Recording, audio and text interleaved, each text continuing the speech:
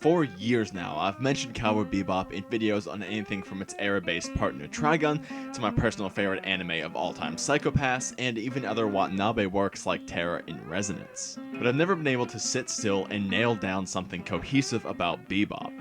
Maybe I'm just a bit scared of its prolific status and never thought I could do justice for the show that brought anime to the West. And not only that, but its unique structure that slowly unwinds its characters and their stories with the themes and ideals that surround them as well.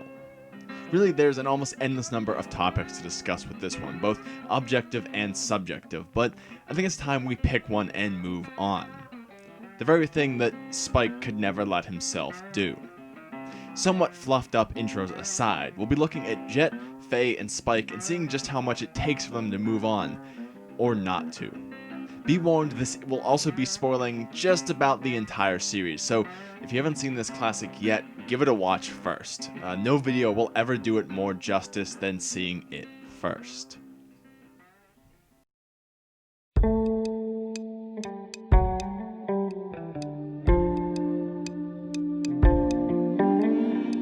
Before we get into the characters, there's a very important detail about Cowboy Bebop in general that allows these personal ideas of moving on to perpetuate and hold up as believable, and not just a forgotten theme floating in the depths of space like an old refrigerator. It's also my favorite thing about the series, and a major factor in how existential the ending becomes. This aspect is the prevailing sense of pointlessness to everything that happens in the series. If we really sit down and look at the consequences or effects of any action on the crew, we can't, because there aren't any. Besides gaining and losing members, it's a static group that maintains their exact roles day in and day out without a change in start or end point. Whether it's diabolical old man children, killer blobs, mushroom smugglers, or even run-ins with their past, they start their day as a group on the Bebop and it'll end there as well. Where they have no money each day, little food each day, broken showers each day. Nothing they do changes anything around them, no matter how big or small. Nothing they do changes the fact that they're nobodies drifting through space just trying to stay alive on bounties. This is why I say it has an ever-present sense of pointlessness. Anything could happen, but it never really matters. Also, to take a slight sidetrack, this is also what makes the characters leaving so impactful. Those are the only actions that have real outcomes for the group. Ed and Ein leave, and now the Bebop feels large, empty, and quiet, with looks to the empty living room, no longer pestered by barks and rhythmic repetition. And when Spike leaves, we know nothing else is going to change for the better. If anything, it would just drive Faye to leave yet again, continuing down her path of sour luck and running for as long as she could. And Jet would be alone, drifting around on a ship for 4 with only 1. Most of them in even worse spots than when we were introduced, and half of them carrying that weight, just like we are too.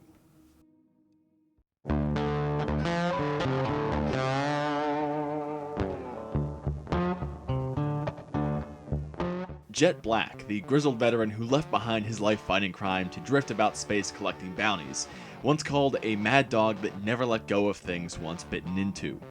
A great name in respect to an officer, but what about just a man? One who isn't grabbing a hold of criminals anymore, but something more abstract.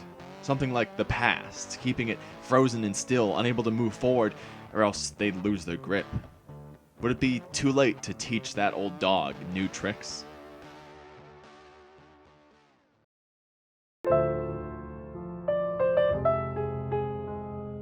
Now, each character has 3 backstory episodes. Jet's are 10, 16, and 21. So first up, we have Ganymede Elegy, where we see his ex, Alyssa.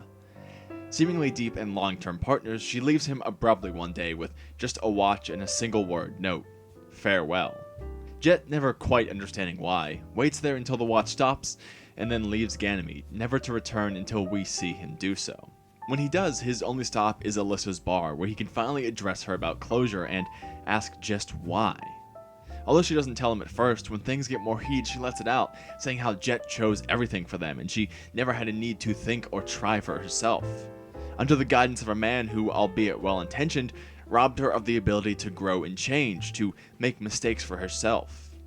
And this growth, this change, is exactly what Jet was lacking this whole time after she left him. When she leaves, he waits around for her watch to stop as if it was some countdown to her return. But that wasn't her time, that was his time. Instead of moving on, he let his time stand still. He leaves Ganymede, sure, but for the static environment of the Bebop where nothing changes and he can stay frozen in time for as long as he likes, unchanging. He didn't want to grow, but just to stand still where his past still had a heartbeat. Then his whole reason for doing so tells him no and how wrong he was, that the past is dead and he killed it long ago. All this time he's been preserving nothing. But he's finally able to see that, finally able to let time move forward once again. And before they could even say goodbye, he walks away from Melissa, throws the old watch into the sea, and never looks back, content to accept that the past is long gone, but maybe a little bit too willingly.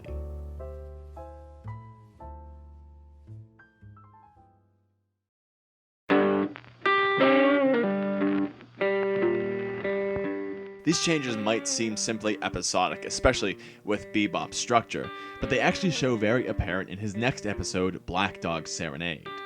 Udai was, as far as Jet knew, the man who took his arm from him and essentially ended his career and completely changed his life. Now he's free again on a hijacked prison transport, and there Jet is, one of the only people with a lead, paired up with one of the only men who knows the best possible time to get his revenge, and he says no. He remarks that it's old news, way in the past and not something that interests him anymore. Where before he let his past stand time still, now he makes himself keep moving forward away from it, no matter what the situation. At least, he tries. He moves too far in the other direction. Before, his past was dead and he was trying to keep it alive, stagnating himself in a static environment where nothing could change that. Now his past is right in his face, alive and well, yet he's trying to insist that it's dead. While the former isn't healthy, the latter isn't either. Eventually he sees this, saying that his arm couldn't rest if he didn't confront Udai as an excuse to go in and dig a grave for the very past he just wants to die. It is quite literal, using a physical piece of the body to represent that part of Jet that would never be able to move on. And he sees that this whole section of his past was a lie, that he formerly stepped too far into things that shady corners of the world didn't like him having his nose in, and paid the price for ambition. His old partner Fod, the one who actually took his arm, in a setup that simply used Udai. The past reveals itself before him, again quite literally, and forces him to kill it. If he had a choice, we don't know what he would have done. Maybe he would have allowed Fod to live. But this decision was made for him. After years, Jet was forced to evolve, change, and confront the past. From time standing still, to insisting that even if it moved it didn't matter, to finally seeing the truth, he's able to move on, and as a very clearly changed man. This is something we'll see more of when we talk about Spike. And that's it. Jet never has another character episode ever. Nope, never. Nothing else. Never. Fine, we'll talk about the Feng Shui episode.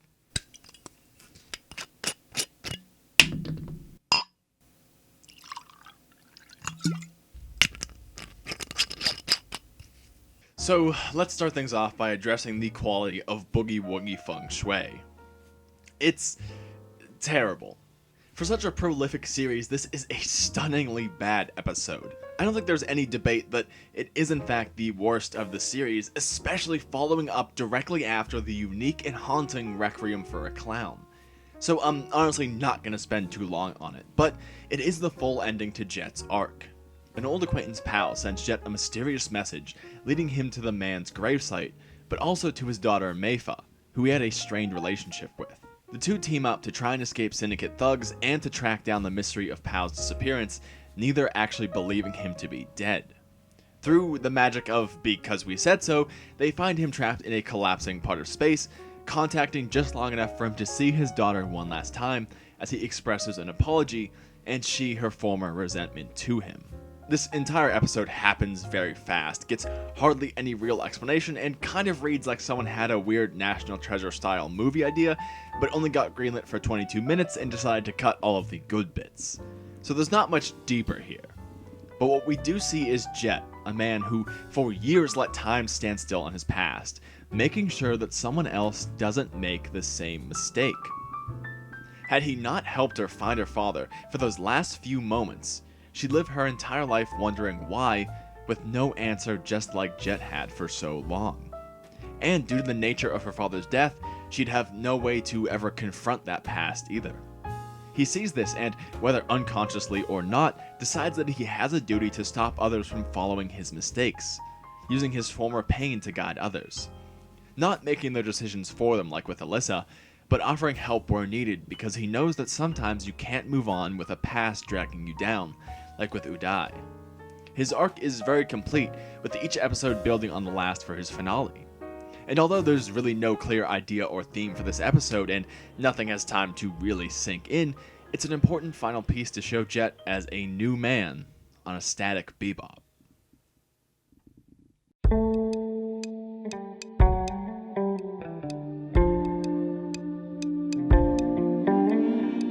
Faye Valentine, the quintessential femme fatale of anime, but also so much more. Although most of that could be summed up by gambling addict. But that in itself says something. We have to look at not just what, but also why. To start, let's look at a non-Faye episode in Jupiter Jazz Part 1. Now, you could argue that this is more about her than her technical backstory episode of Speak Like a Child, but I'm counting the latter as more important and the former as setup. Melancholy and alone on the desolate winter moon of Jupiter Callisto, Faye finds comfort in Gren's company. There, he deduces what the sedentary men of the Bebop never did, that she's running not because of some impulse or female fantasy, but because of fear and loss. She runs away from the crew not to lose them, but so she doesn't lose them, seeing it as better to leave someone before they can leave you. And with this mindset, Faye's always running. From people, places, or even from ghosts.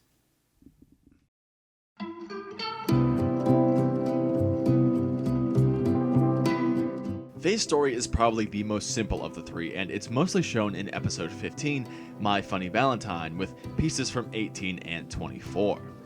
After the gate accident 50 years prior, Faye was injured to such a degree that current medical practices just couldn't save her. So she's put into cryosleep, awoken 50 years later to a lack of memories and a mountain of debt she never asked for. And then along comes her white knight Whitney Haggis, who falls in love with her and then fakes his death to add even more debt onto her total, along with Dr. Bacchus's fees. Then Faye, 3 years after awakening, runs into them again and sees that even what little she has of a past is a lie. With her amnesia related to 2014 and prior, the only thing Faye ever knew about herself was that she had debt following her everywhere she went.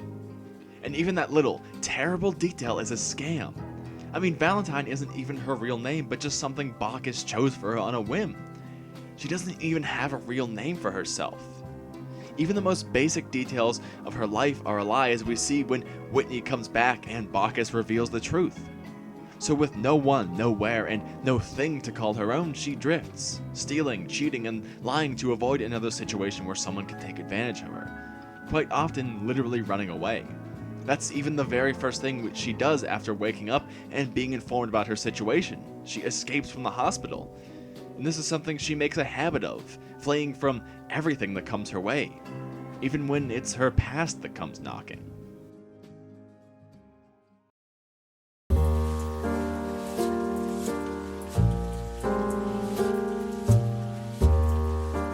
Speak Like a Child is, in very literal ways, a non-Faye episode that says a lot about Faye. There's no bounties or criminal plots to foil, but just a running, gambling Faye and a clueless, adventuring Spike and Jet trying to find a way to play some mysterious, antiquated technology. And that's the episode. And I think it says a lot that in one of Faye's 3 backstory episodes, all she's doing is running and hiding. Although they don't know it's so deep into her story, Spike and Jet do all the work to play this quite ironic tape that ends up being Faye's entire story. She has no input to figuring out her own past at all in this episode, or almost any other, while her companions are almost dying to do it for her. And that's the perfect way to reveal her story, because Faye never really wanted to know either. We look at Jet and he tried to freeze his past as if it was alive, but Faye doesn't even want to see what it is. A package comes for her and her first instinct is to get as far away from it as possible and go gamble away her money. Even the past she does know, her debt, she runs from despite procuring the means to address it. Now it is a near insurmountable 300 million Wulongs plus, But I think it says something that when she's ahead while gambling, finally ahead on money, she never once thinks to call it quits and save the single thing that could free her from the past she knows. You could just say she's a gambling addict, but there's also a connection between money and her past. If she has money, she has the means to confront her past. But she doesn't want to do that, so she can't hold on to the money. She can't let herself have the means to do that, because she never actually wants to. But along comes this tape with the first hint of herself from before the accident that she's ever seen, a younger her speaking to the future, and now there's a chance. There's the hint of something more, a place, a people, a purpose.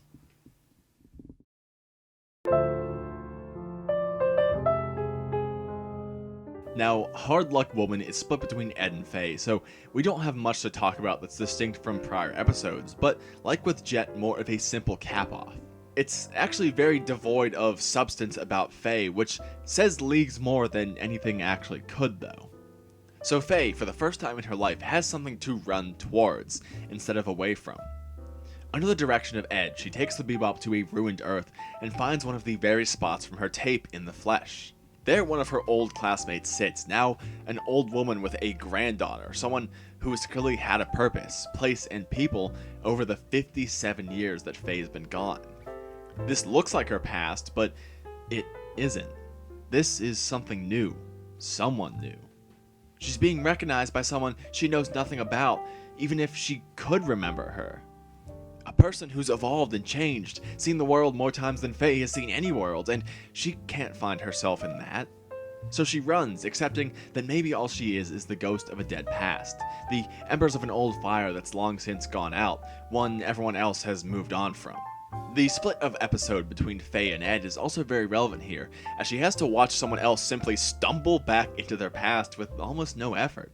The orphanage that accepts Ed back with no question and acts like she had never left.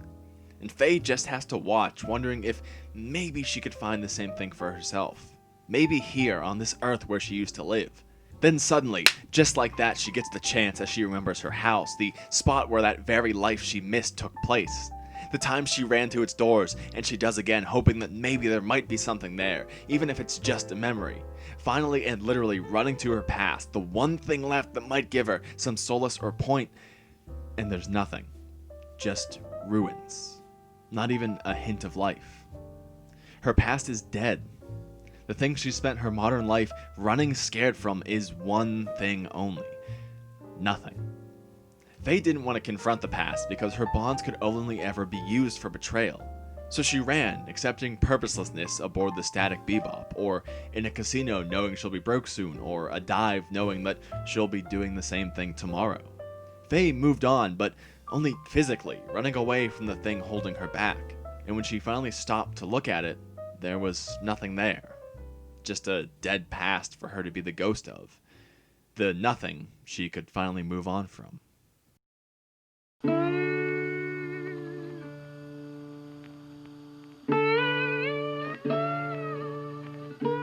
Spike is one of the most interesting anime characters of all time, inside and out. From his actions in the anime to how he was designed by Watanabe and crew, he's another character I could talk about for days on end, objectively or subjectively. But in terms of moving on, he's probably the one I have the least to talk about story-wise, despite him having 3 stories over 5 episodes as opposed to the 3 stories over 3 episodes of Jet and Faye. And this is because most of what there is to say about him is said directly in the anime, and repeated pretty consistently over all 5 episodes, where Jet and Faye's tend to vary a bit more. But this mystery, this almost kind of confusion, also plays into what there is to say about him in a very interesting way.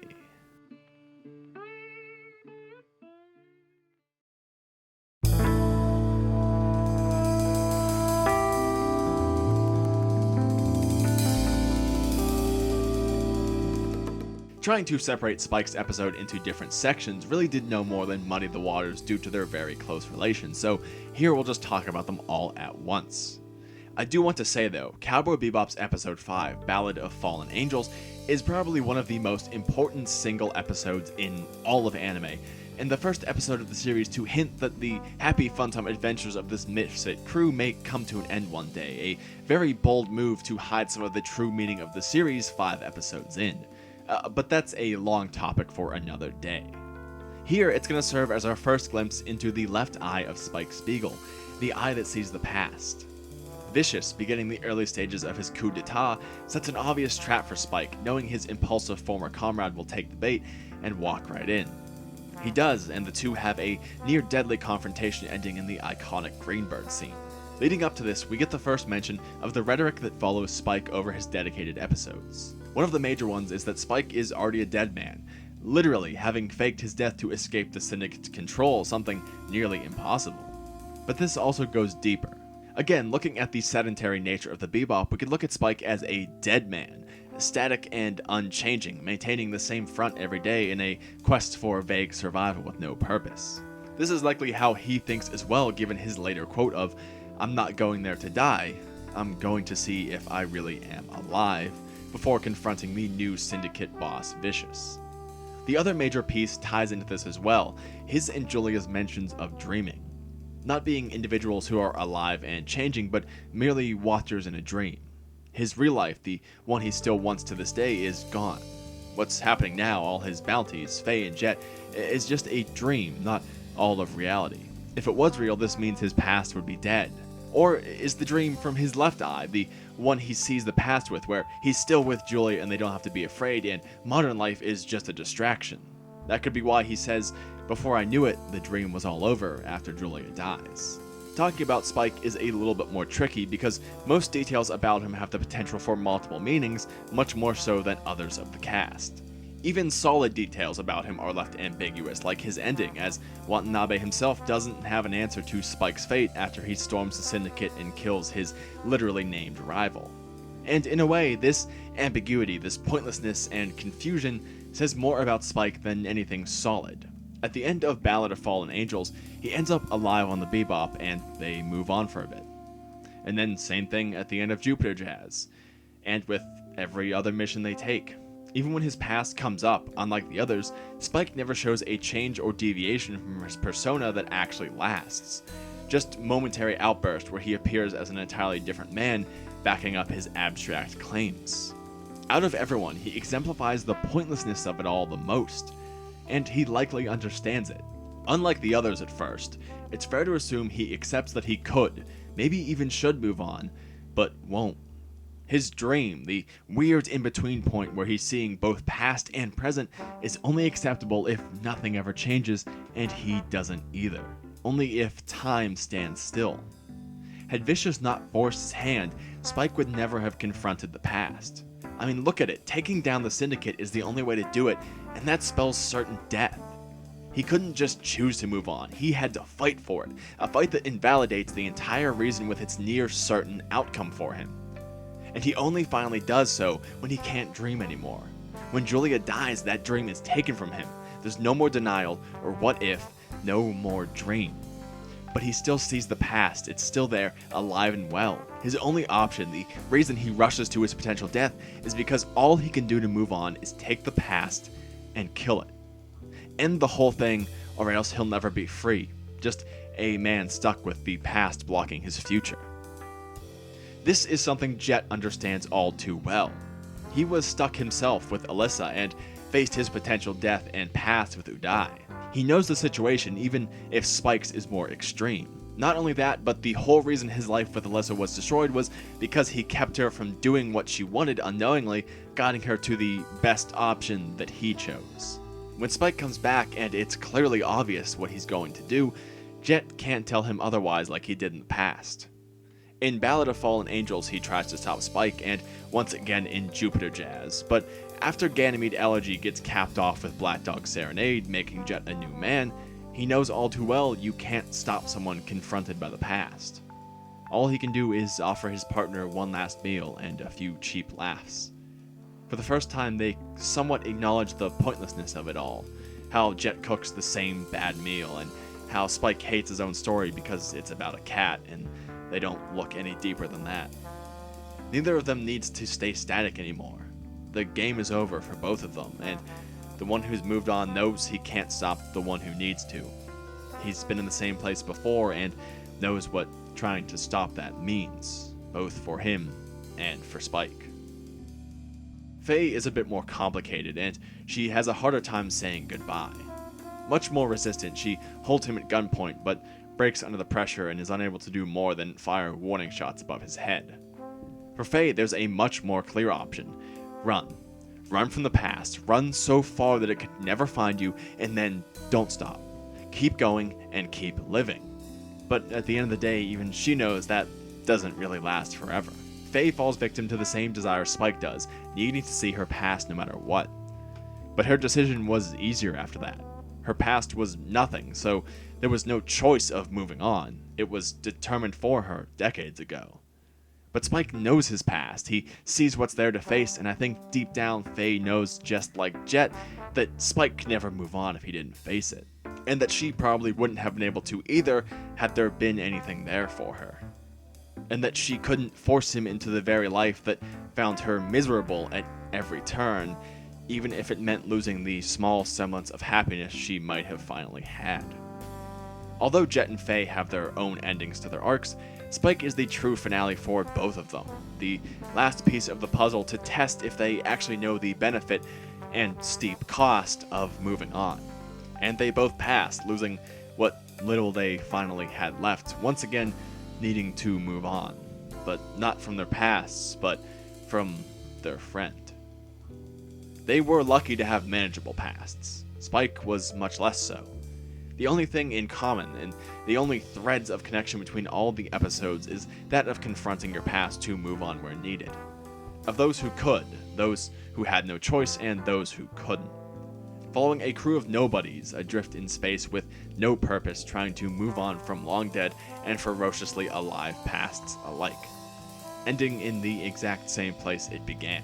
Not with life or death, not with connection or rejection, but the endless expanse of space that swallows up every life it touches.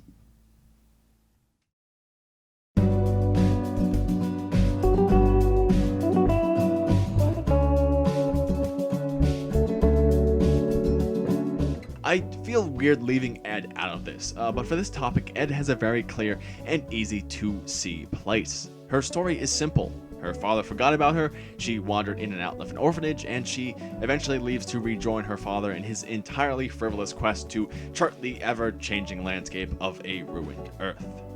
Ed, whether through complete understanding or just ignorant bliss, has no need for a past, no matter what it may be.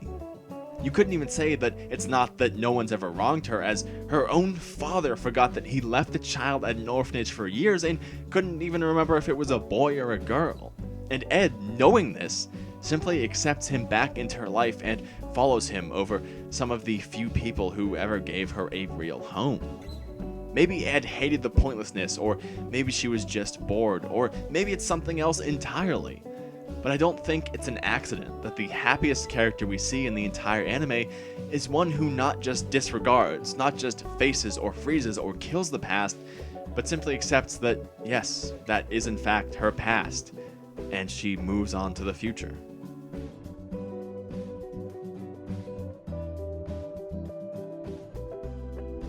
Hey there, thank you for checking out this video, whether you're a former subscriber or someone new or something in between, even though that doesn't exist.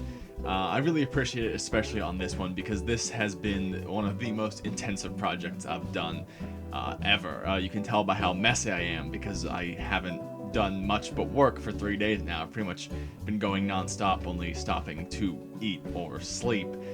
Because this has been a very intensive project, and it's also been very fun doing the eye catches, replicating some of the graphics from Cowboy Bebop, even if they weren't the greatest. It was fun, and kind of letting the music flow and control the timing of the video. It was very interesting, and I hope I captured some of the feel that helped make Cowboy Bebop such a legendary anime. So if you're new, please consider subscribing so that I can, see a boost and know that this is good content, that you guys want more of it, or leave me a comment saying the same thing. Or if you didn't like this and don't want to see more of it, let me know that as well, and like and all that stuff, so that I know what to make for you guys. But anyway, there's probably not more to say. I'll have a link to my Discord in the description below if you want to reach me directly, chat to some other anime fans, different things like that.